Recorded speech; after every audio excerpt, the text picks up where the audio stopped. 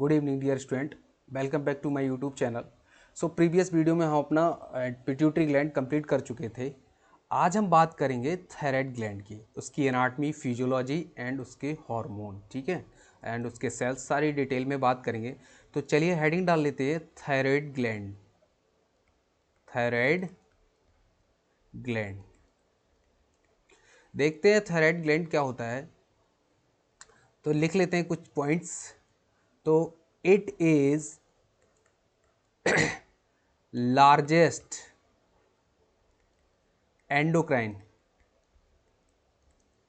Gland.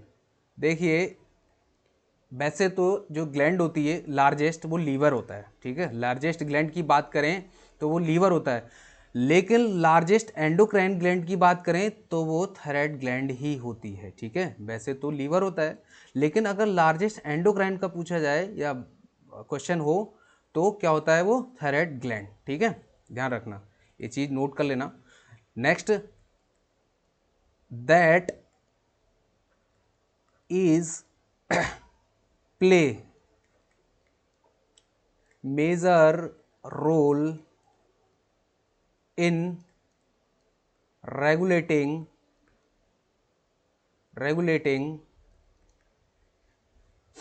metabolism,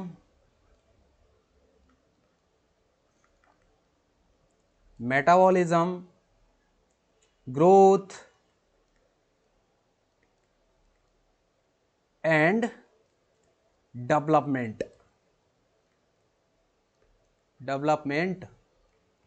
ठीक है। ये इसका क्या रोल होता है, मेजर रोल होता है। क्या करता है ये, metabolism, growth and development regulate करता है बॉडी में, ठीक है। बॉडी में क्या करता है ये, रेगुलेट क्या करता है, metabolism, growth and development. Next point, thyroid gland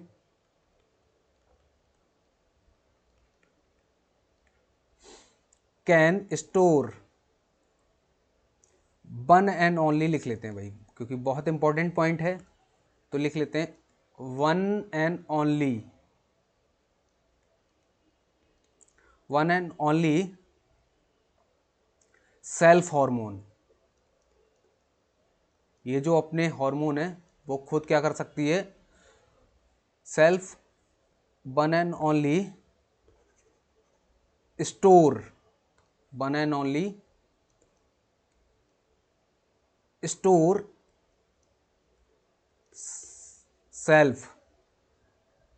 ये जो थायराइड ग्लैंड होती है, एक ऐसी ग्लैंड होती है जो अपने हार्मोन को क्या खुद स्टोर कर सकती है। Thyroid gland one and only store self hormone, ठीक है, ये बात ध्यान रखना है।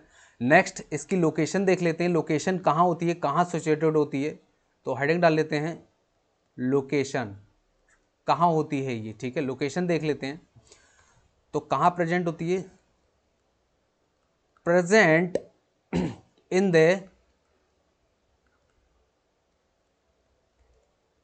एंटीरियर नेक। कहाँ प्रेजेंट होती है, जस्ट ये नेक है उसके एंटीरियर में, ठीक है, मतलब सामने प्रेजेंट होती है, नेक के सामने, ठीक है, एंटीरियर प्रेजेंट होती है, ठीक है। अब देखिए, below the larynx, below the larynx and front of the trachea.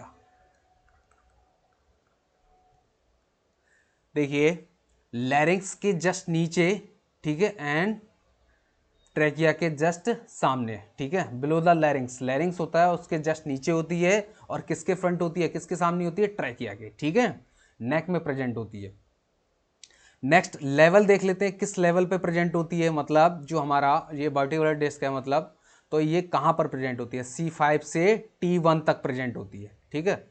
Level किस लेवल पे प्रेजेंट होती है, तो लेवल देखेगा C5 यानी कि सर्वाइकल 5 से टू T1 तक, T1 thoracic first, vertebral level, vertebral level, vertebral level, ठीक है, इस लेवल पे प्रेजेंट होती है, ठीक है। नेक्स्ट, इसका शेप, पार्ट्स एंड स्ट्रक्चर, ये सब एक साथ देखते हैं, ठीक है। Next heading, shape comma parts and also structure, कैसा स्ट्रक्चर होता है, ये सब एक साथ देखते हैं, ठीक। देखेगा इसका कैसा शेप होता है, कैसा स्ट्रक्चर होता है एंड कौन कौन से इसमें पार्ट्स होते हैं, तो सब एक साथ देख लेते हैं। तो पहला देखिए, made up of, it is made up of many thyroid follicles, किससे मिलकर बनी होती है, बहुत सारे थायराइड फॉलिकल्स से मिलकर बनी होती है, मैनी थायराइड फॉलिकल्स, इनसे मिलकर बनी होती है, ठीक है। स्ट्रक्चर कैसा होता है, बटरफ्लाई, कैसा होता है, butterfly structure, butterfly shape, butterfly shape, ठीक है। और एच शेप भी होती है, एच शेप भी बोलते हैं, कैसी होती है, एच शेप स्ट्रक्चर, ठीक, बटरफ्लाई शेप स्ट्रक्चर होता है, और एच शेप भी होता है, ठीक है, एच शेप भी देखने में एच शेप भी लगता है, ठीक है। नेक्स्ट देखिए, किससे मिलकर बनी होती है, कंजेस्ट, कंजेस्ट किससे मिलकर बनी होती है, ये देखेंगे, ठीक है। तो जो राइट लोब, इसमें दो लोब प्रेजेंट होते हैं, पहला है राइट लोब और दूसरा है लेफ्ट लोब, दो लोब से मिलकर बनी होती है, right lobe and left lobe. इसके बीच में एक स्थमस प्रेजेंट होता है, क्या होता है, स्थमस, स्थमस, स्थमस प्रेजेंट होता है, जो क्या करता है, कनेक्ट बोथ लोब, क्या करता है, ये कनेक्ट करके रखता है, ठीक है, दोनों लोब को कनेक्ट करके रखता है, बीच में एक स्थमस प्रेजेंट होता है जो दोनों लोबों को कनेक्ट करके रखता है। अभी हम इसका डायग्राम देखेंगे तो और अच्छे से समझ आएगा। एक पार्ट और इसमें प्रेजेंट होता है, एंड पिरामिडल लोब प्रेजेंट, एक और लोब प्रेजेंट होता है, चौथा point, also pyramidal, pyramidal lobe भी प्रेजेंट होता है, ठीक है। पिरामिडल लोब जस्ट जो थायराइड ग्लैंड है उससे ही अटैच्ड होता है पिरामिडल लोब, ठीक है, पिरामिडल लोब भी अटैच होता है। नेक्स्ट हम इसका वेट देख लेते हैं, वजन कितना होता है इसमें, वजन, वेट, वजन कितना होता है, तो देखिएगा इसमें वजन जो है वो 20 टू 30 ग्राम वजन होता है, कितना, 20 टू 30, यानी कि 20 से 30 ग्राम वजन होता है। नेक्स्ट इसका डायमीटर देख लेते हैं, डायमीटर, डायमीटर कितना होता है, ठीक। तो डायमीटर देखेगा 5 सेंटीमीटर, 2.5 सेंटीमीटर एंड 2.5 सेंटीमीटर, ठीक है। लेंथ, थिकनेस एंड बिर्थ, ठीक है, लेंथ, थिकनेस एंड बिर्थ तीनों चीज़ें हो गई, 5 सेंटीमीटर, 2.5 सेंटीमीटर एंड 2.5, ठीक है। लेंथ, थिकनेस एंड बिर्थ तीनों चीज़ें हो गई, ठीक है। कलर देख लेते हैं इसका, कलर, कलर कैसा होता है, कैसे कलर की होती है, ये बहुत इंपॉर्टेंट, वेरी वेरी इंपॉर्टेंट। तो कलर कैसा होता है, रेडिश, कैसा कलर होता है इसका, reddish pink colour, reddish pink colour की होती है, ठीक है, कैसी होती है, रेडिश पिंक कलर की प्रेजेंट होती है, ठीक है। अब ऐसा क्यों होता है, क्योंकि ये जो है it receive, it receive 80 to 120 ml, 80 to 120 ml of total cardiac output, यानी कि टोटल कार्डियक आउटपुट है उसका अकेले ही 80 से 120 ml इसमें ब्लड सप्लाई रहती है, ठीक है, 80 से 120 ml। अब ऐसी कौन सी आर्टरी है, कौन सी ऐसी ब्रांचेस हैं जो इसको ब्लड सप्लाई करती है, इतनी रिच ब्लड सप्लाई करती है, जिसकी वजह से इसका कलर कैसा होता है, रेडिश पिंक कलर। तो इसकी ब्लड सप्लाई भी देख लेते हैं साथ साथ। तो हेडिंग डाल लीजिए, ब्लड सप्लाई, कौन इसको ब्लड सप्लाई करता है, कौन है ऐसी आर्टरी जो इसको ब्लड सप्लाई करता है, वो भी देख लेते हैं। तो देखिए, अगर ब्लड सप्लाई की बात करें तो इसमें सुपीरियर, सुपीरियर थायराइड आर्टरी, किसकी ब्रांच होती है? एक्सटर्नल कैरोटिड, एक्सटर्नल कैरोटिड, ठीक, एक्सटर्नल कैरोटिड आर्टरी। नेक्स्ट एक और होती है इंफीरियर, वो तो सुपीरियर हो गई। नेक्स्ट है inferior, inferior thyroid artery, inferior thyroid artery. ये देखिए, ये होती है थायरो सर्वाइकल ट्रंक। किससे निकलती है? थायरो सर्वाइकल ट्रंक से, ठीक, इसकी ब्रांच होती है। इतनी रिच ब्लड सप्लाई होती है कि टोटल कार्डियक आउटपुट का 80 से 120 ml ब्लड अकेले ही लेती है। इसीलिए इसका कलर रेडिश पिंक होता है, क्योंकि इसकी blood supply superior thyroid artery जो एक्सटर्नल कैरोटिड से निकलती है, इंफीरियर थायराइड आर्टरी जो थायरो सर्वाइकल ट्रंक से निकलती है। नेक्स्ट इसकी वेन, ये तो आर्टरी हो गई, ये तो जो है आर्टरी है, ठीक है, ये सारी क्या है? आर्टरी। अब आर्टरी क्या है? ऑक्सीनेटेड ब्लड है, ठीक है, O2 ऑक्सीनेटेड ब्लड है। कैसा है? ऑक्सीनेटेड ब्लड है। नेक्स्ट देखिए इसकी वेन देख लेते हैं, क्योंकि ड्रेन भी करना है। डीऑक्सीनेटेड ब्लड कौन कैरी करता है? ऑक्सीनेटेड ब्लड तो ये कैरी करती है। नेक्स्ट वेन देख लेते हैं। तो वेन की बात करें, इसमें superior and middle, superior and middle thyroid when, ठीक है, ये होती हैं। ये होती है इंटरनल जुगुलर वेन का, ये जो है किससे निकलती है? इंटरनल जुगुलर वेन से निकलती है, ठीक। नेक्स्ट ये हो गई। नेक्स्ट देखिए एक होता है इंफीरियर, सुपीरियर की बात हो गई तो इंफीरियर होगा भाई। इंफीरियर, सुपीरियर मतलब ऊपर और इंफीरियर मतलब नीचे, ठीक है। इंफीरियर थायराइड वेन ये नीचे सप्लाई करती है। थायराइड वेन ये कहाँ से निकलती है? तो ये निकलती है ब्रैकियोसेफेलिक वेन। ये किसकी होती है ब्रांच? ब्रैकियो इधर लिख लेते हैं, सेफेलिक वेन, ब्रैकियोसेफेलिक वेन।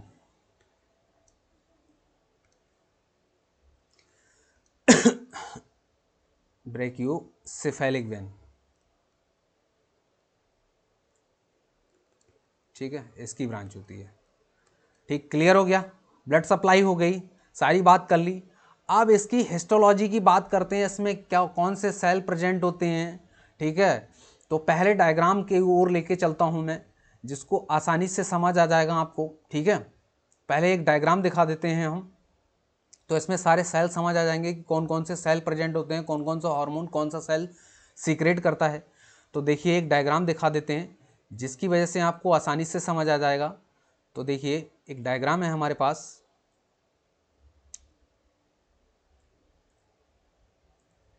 ये देखिए ये डायग्राम है, ठीक है। इसमें सेल्स प्रेजेंट होते हैं। सबसे पहले हम देख लेते हैं कौन सा लोब किधर है। तो मैं बात करूं तो ये है हमारा लेफ्ट लोब, क्या है? लेफ्ट लोब, ठीक है। ये क्या है? ये है राइट लोब, ठीक। और ये जो है ये क्या है?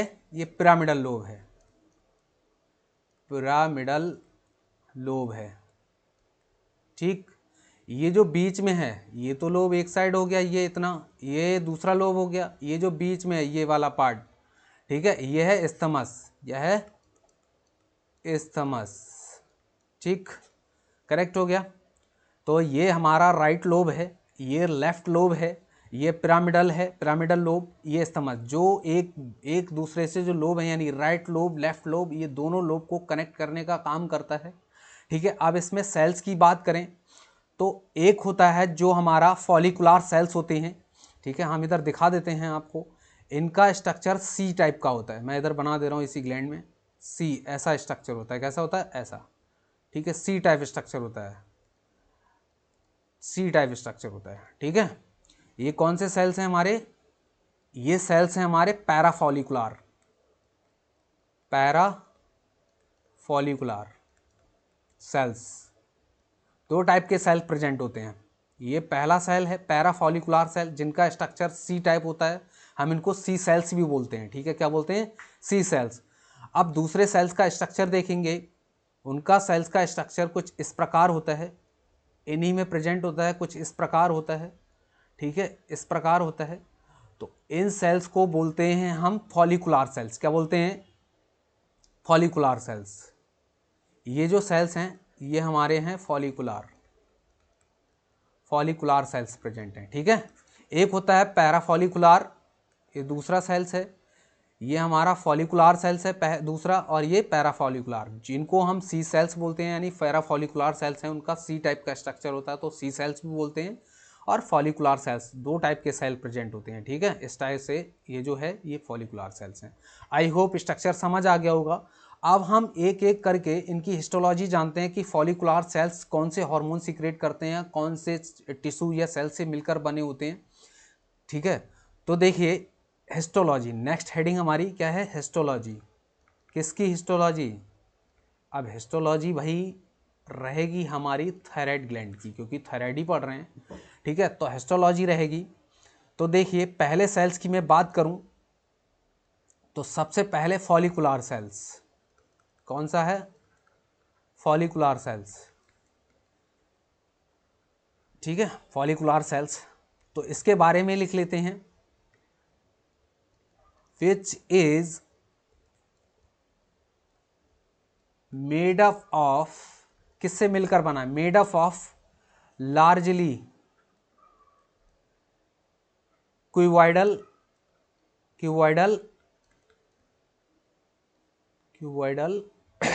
ऑफ स्क्वाइमस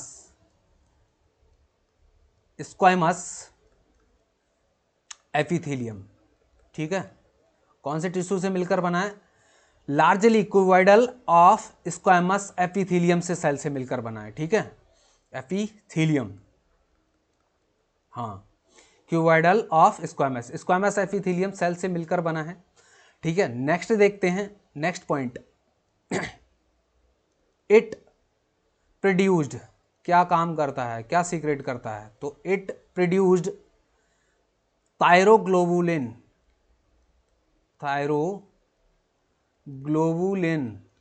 क्या प्रोड्यूस करता है, थायरोग्लोबुलिन। ये क्या होता है, ग्लाइकोप्रोटीन, थायरोग्लोबुलिन ग्लाइकोप्रोटीन, ठीक, थायरोग्लोबुलिन ग्लाइकोप्रोटीन होता है। इसको हम थायरोसिन अमाइनो एसिड भी बोलते हैं, क्या बोलते हैं, इसमें थायरोसिन अमाइनो एसिड्स होते हैं, ठीक है, थायरोसिन अमाइनो एसिड, ठीक है, ये क्लियर हो गया। अब हम अपने दूसरे सेल की ओर बढ़ते हैं जिसको बोलते हैं पैराफॉलिकुलर, ठीक है। नेक्स्ट देखिए पैराफॉलिकुलर सेल्स, दूसरा पैराफॉलिकुलर सेल्स, ठीक। अब ये किससे, देखिए ये क्या प्रोड्यूस करता है तो दीज सेल्स प्रोड्यूस्ड कैल्सीटोनिन, क्या करता है ये, कैल्सीटोनिन, ठीक है, कैल्सीटोनिन प्रोड्यूस करता है।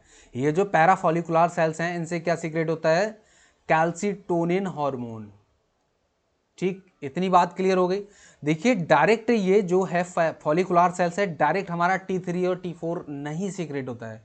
अब हम बताएंगे कि इसका फॉर्मेशन कैसे होता है, आगे बात करेंगे, क्योंकि इसमें आयोडीन का बहुत बड़ा रोल है, ठीक है। तो कैसे आगे चल के ये T3 एंड T4 बनते हैं, पहले तो इससे थायरोसिन निकल रहा है, यानी थायरोग्लोबुलिन ग्लाइकोप्रोटीन ही प्रोड्यूस कर रहे हैं, सिर्फ और सिर्फ क्या कर रहे हैं, thyroglobulin glycoprotein, thyroxine amino acid, ठीक है, ना कि T3 एंड T4, डायरेक्ट नहीं करता कैसे है, ये मिलता फॉर्मेशन कैसे होता है T3 T4 आयोडीन से मिलके, अभी हम बात करेंगे उसकी, ठीक है। नेक्स्ट हमारा पैराफॉलिकुलर सेल्स है, ये प्रोड्यूस करता है कैल्सीटोनिन हार्मोन, ठीक है, कैल्सीटोनिन हार्मोन सीक्रेट करता है। अब हम देखते हैं भाई एक एक करके जो है इनकी फिजियोलॉजी की, कैसे हमारा ये रेगुलेट होता है। तो फिजियोलॉजी के अंदर हमें सिंथेसिस भी देखेंगे, तो पहले देख लेते हैं फिजियोलॉजी। अभी एनाटॉमी की बात हो गई है कंप्लीट, ठीक है, अब हम इसकी फिजियोलॉजी के बारे में पढ़ते हैं। तो फिजियोलॉजी हेडिंग डाल लेते हैं, क्योंकि एनाटॉमी तो कंप्लीट हो गई है इसकी। अब हम देखते हैं इसकी फिजियोलॉजी, ठीक, फिजियोलॉजी। तो फिजियोलॉजी की अंदर भी हम रेगुलेशन ऑफ थायराइड हार्मोन कैसे रेगुलेट होता है इसकी हेडिंग डाल लेते हैं। सबसे पहली हेडिंग जो है ए, रेगुलेशन ऑफ थायराइड हार्मोन कैसे रेगुलेट होता है उसके बारे में बात करेंगे, तो बहुत ध्यान से समझना है, ठीक है। तो देखिएगा, सबसे पहले कि अगर मैं बात करूं तो क्या होता है हाइपोथैलेमस। क्या होता है भाई? हाइपोथैलेमस, ठीक। हाइपोथैलेमस के बारे में हम पहले ही बात कर चुके हैं। इससे रिलीज होता है हमारा TRH। TRH मतलब थायराइड रिलीजिंग हार्मोन, ठीक है। हाइपोथैलेमस से TRH रिलीज हुआ। अब TRH रिलीज के बाद क्या होता है, ये एक्ट करता है TSH पे। कहाँ एक्ट करता है? TSH। TSH कहाँ से रिलीज होता है? Anterior pituitary gland. क्या होता है? एंटीरियर पिट्यूटरी ग्लैंड, जिससे रिलीज होता है TRH, ठीक है। नेक्स्ट, TRH जो है वो एक्ट करता है हमारा कहाँ? थायराइड ग्लैंड पे। कहाँ एक्ट करता है जाके? थायराइड ग्लैंड पे, ठीक है, जो हम बात कर रहे हैं थायराइड ग्लैंड पे एक्ट करता है। अब थायराइड ग्लैंड पे एक्ट करने के बाद इससे क्या रिलीज होता है? अभी हमने बात किया था थायरोग्लोबुलिन। क्या होता है? थायरोग्लोबुलिन। इससे डायरेक्ट T3 T4 नहीं रिलीज होता, थायरोग्लोबुलिन रिलीज होता है। अब थायरोग्लोबुलिन रिलीज होता है, नेक्स्ट पेज से हम देखते हैं भाई, अब यहाँ पर थायरोग्लोबुलिन आ गया। फिर से लिख लेते हैं, थायरोग्लोबुलिन रिलीज हुआ, ठीक है। तो क्या होगा? होगा क्या? वही होगा, क्योंकि T3 और T4 बनना है। अब बनता कैसे है? हमने डाइट में क्या लिया? डाइट में क्या लिया भाई? आयोडीन, ठीक है। ऐड देखा ना, आयोडीन ही नमक लीजिए ताकि आपको ग्वाइटर, ठीक है, से बचें, यानी कि घेंगा रोग से बचें। तो ये डाइट में हमने आयोडीन लिया और ये मिला किससे जाके? किससे मिला? थायरोग्लोबुलिन से। किससे मिला? थायरोग्लोबुलिन से। अब थायरोग्लोबुलिन से मिलके ये बनाता है T3 एंड T4। क्या बनाता है? T3 एंड T4, ठीक है। इतनी बात क्लियर हो गई। अब हम देखते हैं इसका फॉर्मेशन कैसे होता है, T3 एंड T4 कैसे ये आयोडीन से मिलकर T3 एंड T4 बनता है। तो नेक्स्ट देखते हैं synthesis of thyroid hormone. Next heading देखिएगा, सिंथेसिस ऑफ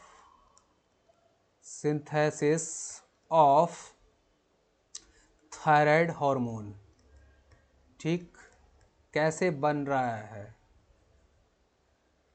हाँ, तो देखिएगा कैसे बन रहा है, सिंथेसिस कैसे हो रहा है।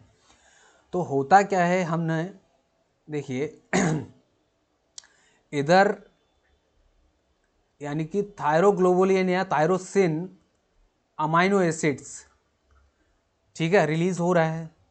तो ये क्या होता है?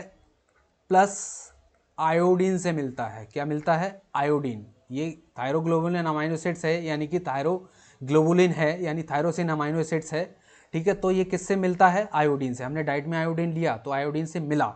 अब इसने रिएक्ट किया, रिएक्ट करने के बाद ये बना लेता है क्या? मोनो आइडोटायरोसिन। क्या बना लेता है? मोनो आइडोटायरोसिन, ठीक है, मोनो आइडोटायरोसिन बना लेता है। नेक्स्ट, अब इधर मोनो आइडोटायरोसिन प्लस फिर से मोनो आइडोटायरोसिन, यानी कि एक मॉलिक्यूल मोनो आइडोटायरोसिन का और दूसरा मॉलिक्यूल मोनो आइडोटायरोसिन का, दो मॉलिक्यूल हो गए। तो क्या बना लेंगे ये मिलके? डाई। दो हो जाएंगे ना, एक और एक प्लस हो रहा है ना, तो डाई आइडोटायरोसिन। क्या बनाएंगे? डाई आइडोटायरोसिन। डाई आइडोटायरोसिन, ठीक है। अब डाई आइडोटायरोसिन बन गया। नेक्स्ट, अब देखिएगा, अब ये डाई आइडोटायरोसिन, दो मॉलिक्यूल्स है ना, तो यहाँ डाई बन गया। तो डाई आइडोटायरोसिन प्लस मोनो आइडोटायरोसिन, दो मॉलिक्यूल डाई आइडोटायरोसिन और मोनो आइडोटायरोसिन, दोनों को प्लस करेंगे, क्या बन जाएगा, ट्राई आइडोटायरोसिन। क्या बन जाएगा, ट्राई आइडोटायरोसिन। ठीक है, क्या बन जाएगा, ट्राई आइडोटायरोसिन। और ट्राई आइडोटायरोसिन ही क्या होता है, T3। यही तो फुल फॉर्म है T3 की, ट्राई आइडोटायरोसिन। बन गया ट्राई आइडोटायरोसिन, तो यही तो T3 हार्मोन है। ठीक है, अब देखिए T4 क्या है, तो यहां पर क्या बना, ट्राई आइडोटायरोसिन। तो देखिए यहां पर दो मॉलिक्यूल्स आएंगे, डाई आइडोटायरोसिन प्लस डाई आइडोटायरोसिन, क्या बना लेंगे, टेट्रा, टेट्रा आइडोटायरोसिन। क्या बना लेंगे, टेट्रा आइडोटायरोसिन। ठीक, और टेट्रा आइडोटायरोसिन की T4 की फुल फॉर्म है। ठीक है, T4 की फुल फॉर्म क्या है, टेट्रा आइडोटायरोसिन। बन गया। T3 एंड T4 कैसे सिंथेसिस हो रहा है आयोडीन से मिलके, तो इसीलिए हमारी डाइट में आयोडीन का बहुत बड़ा रोल है T3 और T4 बनाने के लिए। और T3 T4 होंगे तभी क्या होगा, रेगुलेशन होगा मेटाबॉलिज्म का एंड डेवलपमेंट का। ठीक है, बॉडी में तभी मेटाबॉलिज्म होगा और क्या होगा, डेवलपमेंट। हमने यही डेफिनेशन पढ़ी थी, ठीक है, शुरू में। अब देखिए इनका फंक्शन क्या है, तो फंक्शन भी पढ़ लेते हैं। तो फंक्शन देखिए, फंक्शन क्यों जरूरी है ये, तो फंक्शन T3 एंड T4 का फंक्शन, T3 एंड T4 का function, function of, function he direct डाल लेते हैं, कोई ज़रूरत नहीं क्योंकि वही पढ़ रहे हैं। तो फंक्शन देख लेते हैं भाई। पहले फंक्शन की बात करूं तो क्या करता है, इंक्रीज BMR। BMR क्या होता है, basal metabolic rate, basal metabolic rate. ठीक, नेक्स्ट देखिए, मैं यहां पर कुछ एक्सप्लेन करना चाहूंगा आपको। वीडियो लंबा जरूर हो रहा है लेकिन एक्सप्लेनेशन के साथ। ठीक है, तो देखिए जो ये बेसल मेटाबॉलिक रेट है, अगर आपका थायराइड इंक्रीज होगा, थायराइड अगर आपका इंक्रीज हुआ, ठीक है, तो BMR आपका बढ़ेगा, BMR भी क्या होगा, इंक्रीज होगा। और अगर आपका थायराइड डिक्रीज होगा तो BMR भी क्या होगा, BMR भी क्या होगा, डिक्रीज होगा। याद रखना, ठीक है, इसीलिए बहुत ज़रूरी है T3 एंड T4। ठीक है, नेक्स्ट देखिए क्या काम करता है, next function, promote growth and skeletal maturation, skeletal maturation. ठीक है, इसका भी काम करता है, ग्रोथ को भी हेल्प करता है एंड स्केलेटल जो है उसको भी मैच्योर करता है। ठीक है, next essential, essential normal body temperature, normal body temperature. ठीक है, नॉर्मल बॉडी टेम्परेचर को ही मेंटेन करता है। अगर आपका जो है T3 एंड T4 बढ़ेगा तो आपका जो है ये अब नॉर्मल हो जाएगा। ठीक है, ठीक इसी प्रकार आपका BMR इंक्रीज होगा तो आपका बॉडी टेम्परेचर भी क्या होगा, इंक्रीज होगा। ठीक है, BMR घटेगा तो आपका बॉडी टेम्परेचर भी घटेगा। ठीक है, नेक्स्ट और क्या करता है, यहां पर मेंटेन लिख लेते हैं, मेंटेन बहुत सही रहेगा, सेंटेंस हमारा सही रहेगा, मेंटेन नॉर्मल बॉडी टेम्परेचर। ठीक, नेक्स्ट देखिएगा एसेंशियल, यहां ठीक, essential brain and development in foetus and child. इसीलिए इसको मेंटेन करना बहुत जरूरी है क्योंकि क्या करता है, ये ब्रेन को डेवलपमेंट करता है। ठीक है, ब्रेन को भी डेवलपमेंट करता है और फीटस को एंड चाइल्ड को, इंट्रायूट्राइन लाइफ में। ठीक है, फीटस को भी डेवलप करने का काम करता है। ठीक है, नेक्स्ट देखिए मेंटेन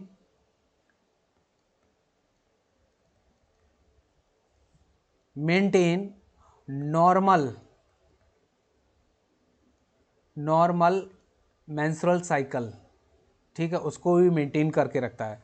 देखिए यहाँ पर भी मैं आपको कुछ पॉइंट्स बता दूं।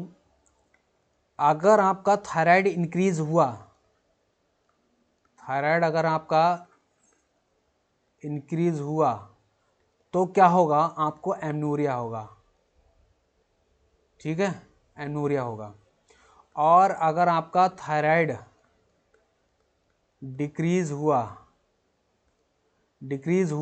तो क्या होगा, आपको मीनोरेजिया। अब ये क्या होता है भाई, अभी दिखाते हैं क्या होता है। मीनोरेजिया होगा। देखिए एमनोरिया का मतलब होता है अब्सेंस ऑफ मेंस्ट्रुअल साइकिल, ठीक है, साइकिल ही अब्सेंस हो जाएगी आपकी, ठीक है। नेक्स्ट, अगर आपका थायराइड डिक्रीज हुआ तो आपको मीनोरेजिया मतलब बहुत ज़्यादा मेंसेस होगा, ठीक है, टाइम से ड्यूरेशन से पहले ही आपको ये साइकिल्स देखने को मिलेगी बहुत ज़्यादा, ठीक है। नेक्स्ट, कैल्सीटोनिन का फंक्शन देख लेते हैं। अब वहीं हमने क्या देख लिया, T3 एंड T4 का फंक्शन, ठीक है। कैल्सीटोनिन का फंक्शन देख लेते हैं।